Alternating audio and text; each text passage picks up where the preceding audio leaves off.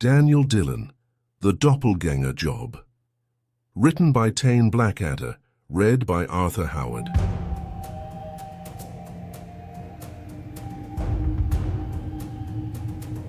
The relentless downpour against the grimy window of Mel's griddle had become more than just weather. It was a percussive prelude, a somber drum roll heralding the next act in our seemingly endless tragedy. Each drop tapped out a rhythm of impending dread. Across the table, Daniel stirred his black coffee with a hypnotic, monotonous clink of spoon against ceramic, his entire being focused on the dark vortex he was creating. He stared into the cup's depths as if it were a scrying pool, as if the swirling liquid might somehow reveal the map coordinates to the next fresh hell waiting for us just beyond the diner's door. Sarah sat opposite him, a study in quiet transformation. Her fingers absently traced the chipped rim of her own mug, a soothing, repetitive motion. The shadows that still lingered under her eyes were fading ghosts of the intimate horrors she'd endured during the Sanderson case, but now her gaze was sharp, honed to a focused and determined intensity. She was no longer a guest in our world of shadows. She had become a foundational part of its very architecture, a permanent fixture in the worn vinyl booth and in the fractured tapestry of our lives. The air between her and Daniel seemed to vibrate with a silent, potent energy, a magnetic tension built on shared survival and unspoken understanding. It was a current of something profound and fragile, an unacknowledged attraction that charged the very atmosphere, making the familiar scents of old coffee and frying grease feel suddenly alive with possibility and unspoken risk. The fragile, charged silence that had settled between our trio was abruptly shattered not by the phone's ring, but by the diner's door. The man who entered and made a beeline for our booth carried himself with a physical solidity that seemed to defy the very notion of psychological collapse. Daryl Button was built on a formidable scale, like a retired linebacker who still spent his weekends heaving engine blocks. His hands, resting heavily on the table as he slid into the booth, were a roadmap of a practical life. Calloused, nicked, and stained with grease, the hands of a man who solved problems with wrenches and sheer force, not by chasing phantoms. It made the contradiction in his eyes all the more devastating. They were the wide, uncomprehending eyes of a child who has just peered into the darkness and seen something impossible staring back. A monster that logic said couldn't be there. The vinyl cushion groaned under his weight as he settled, a sound of protest against his imposing presence. Without a word of greeting, his movements hurried and desperate, he shoved a single piece of paper across the sticky formica. It was a grainy, blown-up photograph, the image softened and distorted by enlargement. Yet the face at its center was unmistakable to him. It was a ghost, made manifest on cheap printer paper. The name escaped his lips not as a word, but as a weighted confession. "Her name is Lena." His voice was a low, gravelly tremor, the sound of a foundation cracking under an impossible strain. He swallowed hard, the gesture visible and painful. "My sister," a pause filled with the memory of loss, "died in a house fire 2 years ago. I was the one. I identified the body myself." The finality in those words was meant to be absolute, a door slammed shut on a chapter of his life. His thick, work-roughened finger, which could likely torque a stubborn bolt into submission, now landed on the grainy image with a startling tenderness, tapping insistently on the face of a woman frozen in mid-laugh outside a sun-drenched chic cafe. It was a scene from a different world, 300 miles and a lifetime away. "This was taken last Tuesday." His voice dropped to a near whisper, charged with a desperate, defiant certainty. "That's her. I'd know the shape of her smile in a crowd of 1,000. She's alive." Daniel didn't offer the hollow platitudes Daryl had undoubtedly endured. He didn't flinch or offer a sympathetic nod. Instead, he reached out and picked up the photograph, his movements economical and focused. His detective's mind, a precision instrument, was already at work, dissecting the image, the quality of the light, the clarity of the background, the very pixels themselves, searching for the flaw, the digital ghost that would explain the impossible. "The police?" Daniel asked, his tone flat and neutral, a simple request for data. The question ignited a flash of raw frustration in Daryl's eyes.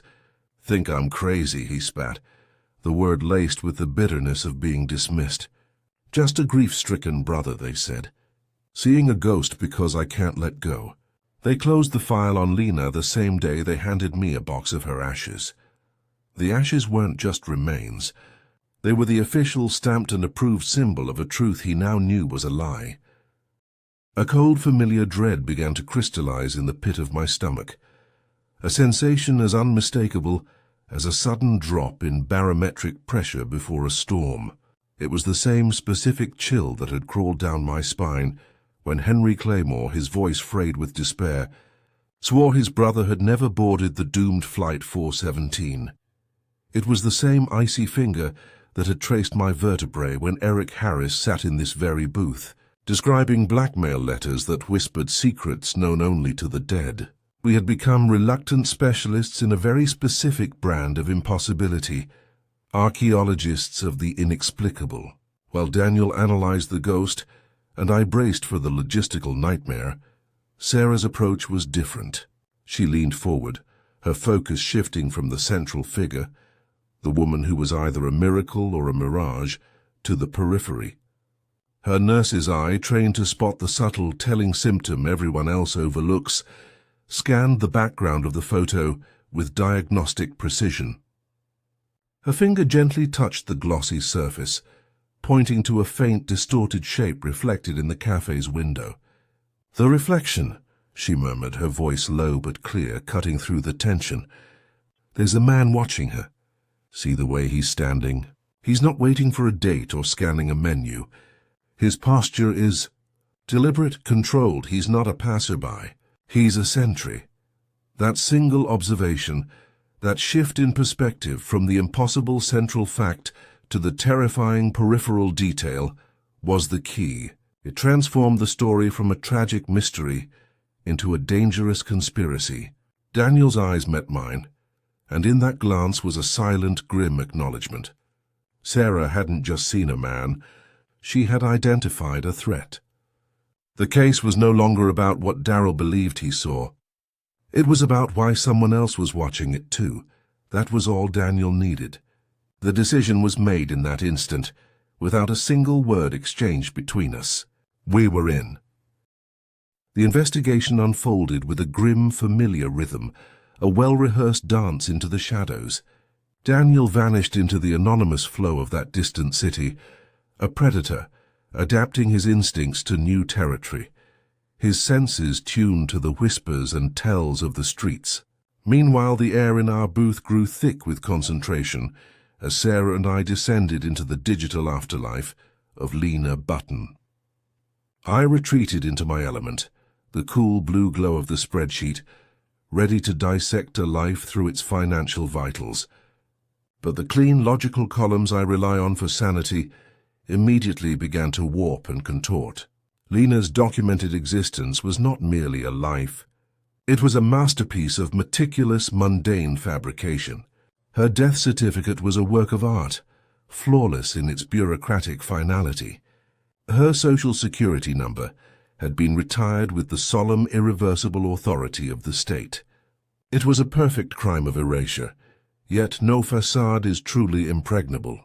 I began to follow the money, as I had through the labyrinthine accounts of Aetherius and the deceptive streams of the verdant shield. And there, in the sub-basement of her financials, I found the hairline fractures. Not a river of dirty cash, but a slow, persistent drip, small recurring payments, automated and untraceable, flowing from a shell corporation with a name so generically innocent it felt inherently sinister. Midwest Holdings Group. And the chilling part? It was a name I'd seen before. A ghost in the vast humming machine of corporate espionage, a silent partner in deals that always ended in ruin for someone. This wasn't a woman who had run away. This was a woman who had been professionally, permanently disappeared, and someone was still paying the bill for her silence. The doppelganger wasn't a mistake.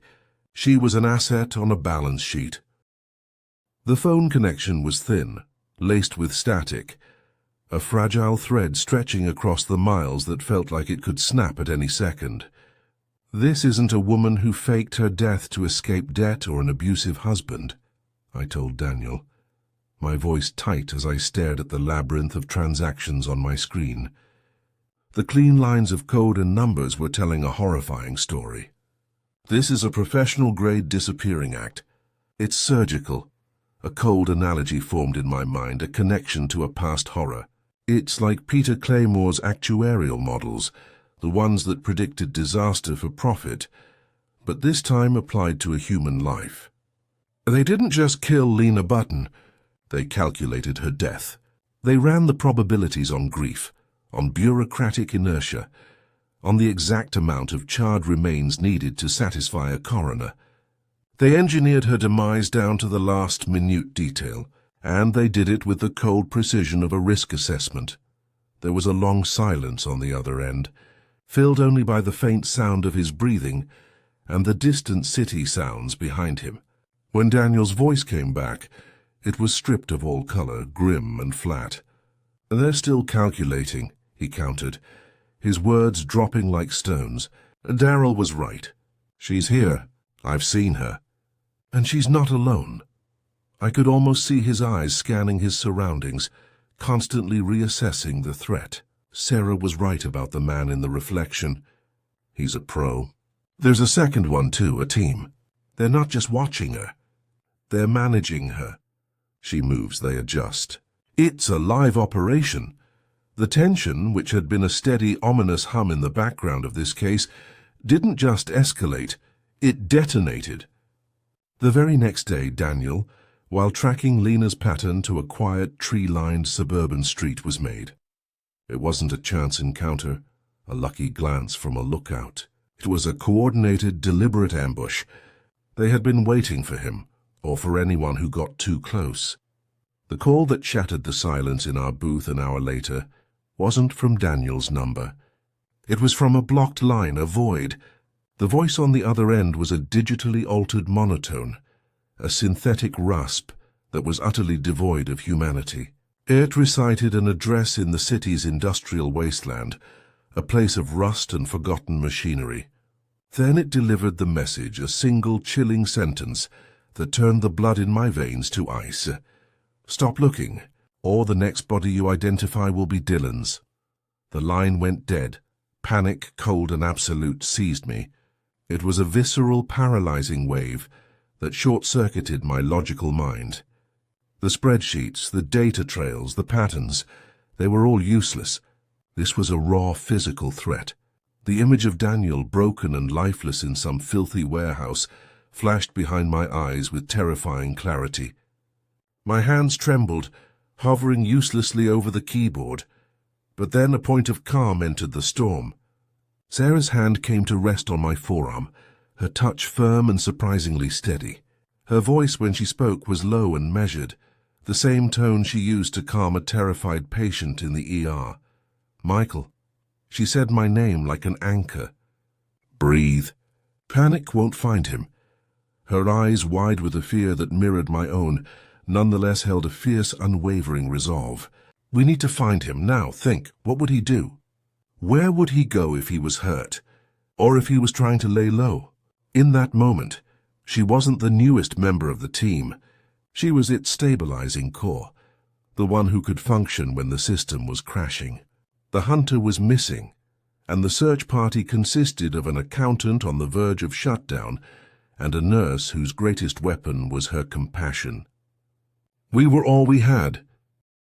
The 48 hours that followed were a relentless, soul-scorching marathon of dread, the most terrifying of my entire life. In a brutal reversal of roles, we were no longer the investigators. We had become the prey, hunted by a faceless, ruthless organization that had already demonstrated its willingness to erase anyone in its path. My world shrank to the glowing rectangle of my laptop screen. While Daniel fought for his life somewhere in the urban jungle, I waged a digital war, using every piece of algorithmic sleight of hand I possessed to create a phantom investigation, a blizzard of false data trails, fabricated leads, and encrypted chatter designed to send our pursuers chasing ghosts in the wrong direction. It was a desperate, high-stakes distraction. Meanwhile, Sarah, tapping into a reservoir of courage I still cannot fathom, did the unthinkable.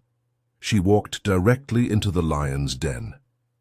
She traveled to that distant city alone, armed with nothing but her wits and her identity as a healer.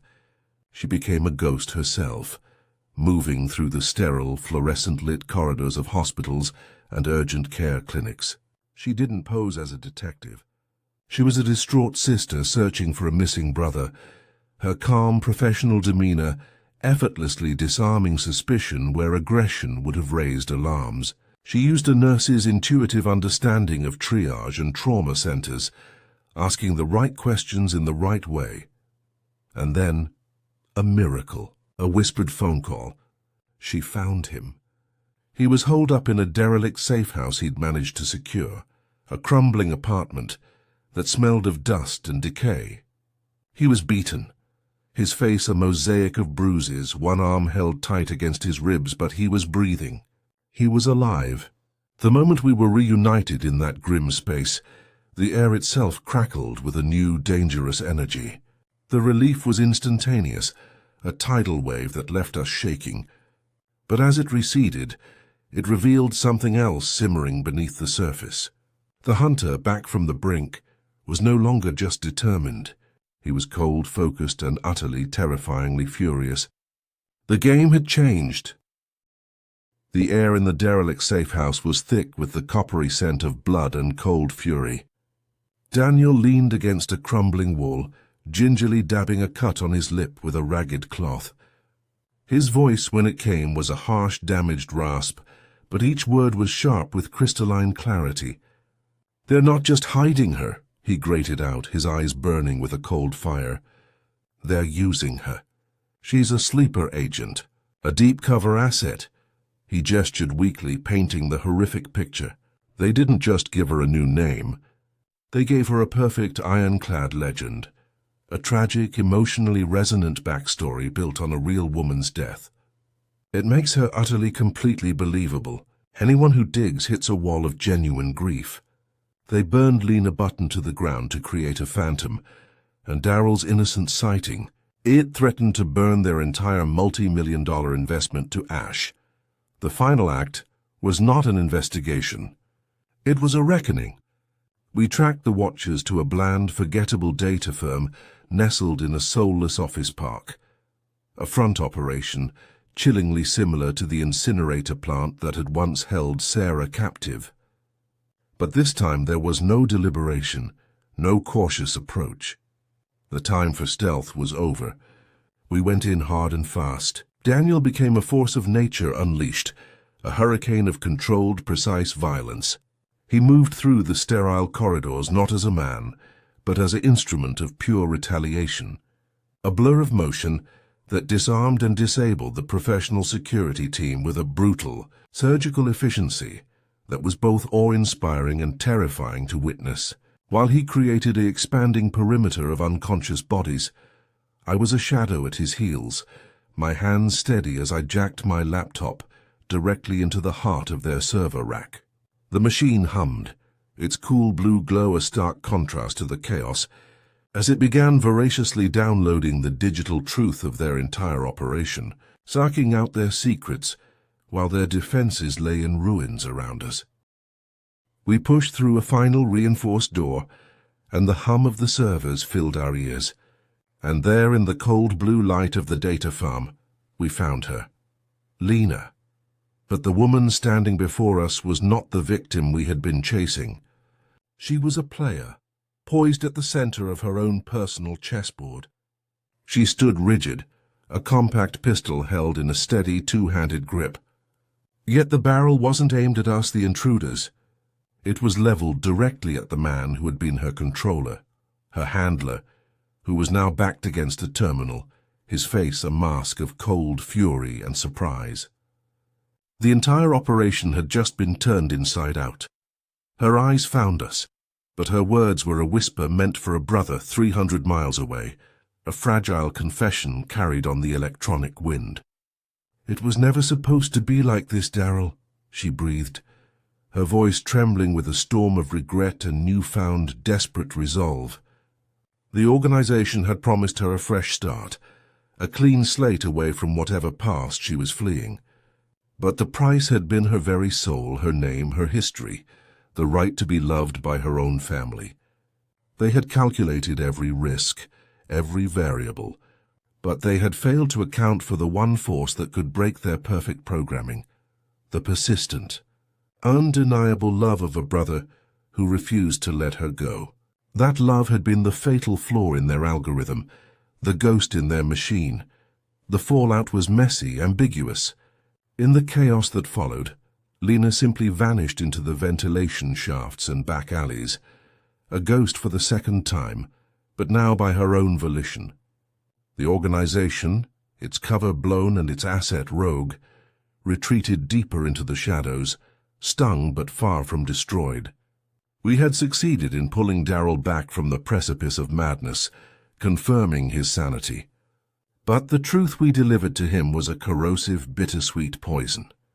His sister was alive, yes, but she was also a fugitive, a weaponized phantom forever bound to the underworld that had created her. He had his answer, but it was an answer that condemned him to a new kind of silent, endless vigil. Back in the worn, familiar embrace of our booth at Mel's, the silence that settled over us had a new, distinct density. It was heavier, more profound than the quiet that had preceded the storm. We had once again leaned over the edge of the abyss, peering into the heart of a conspiracy built on lies and erased lives. But this time the darkness had stared back at us, not with the monstrous visage of a stranger, but with the tragically human face of a sister, a daughter, a loved one. The victory felt hollow, a reminder that our work often simply exchanged one form of torment for another. Daniel's gaze, heavy with the exhaustion of a man who had stared down his own mortality, found Sarah's across the table. But the weariness in his eyes was now layered with something new, something undeniable, a profound, unwavering respect that bordered on reverence. The simple, monumental truth of the past days hung between them. "You found me," he said. The 3 words were stripped bare of any ornamentation, yet they carried the gravitational weight of a universe. It was an acknowledgment of a debt that could never be repaid, a recognition of her indispensable role not just in the case, but in his survival. Sarah held his gaze, her own fatigue tempered by a quiet, solid strength. "We find people," she replied, her voice steady, accepting the mantle he offered. The correction was subtle but significant. It was no longer just his mission or my support. It was their purpose, our shared grim vocation. "It's what we do." And as if summoned by that declaration, the phone rang. Its shrill mechanical jangle tore through the fragile quiet, a stark, demanding alarm. Our eyes, in unison, shifted to the old beige receiver on the counter. No words were needed. The ghost, the next lost soul, the next impossible secret, the next crying need, was back in the world. We, its permanent, reluctant custodians, exchanged a final, resolute look. We took a collective, fortifying breath, straightened our shoulders, and got ready to answer the call. The brief respite was over. The work was eternal.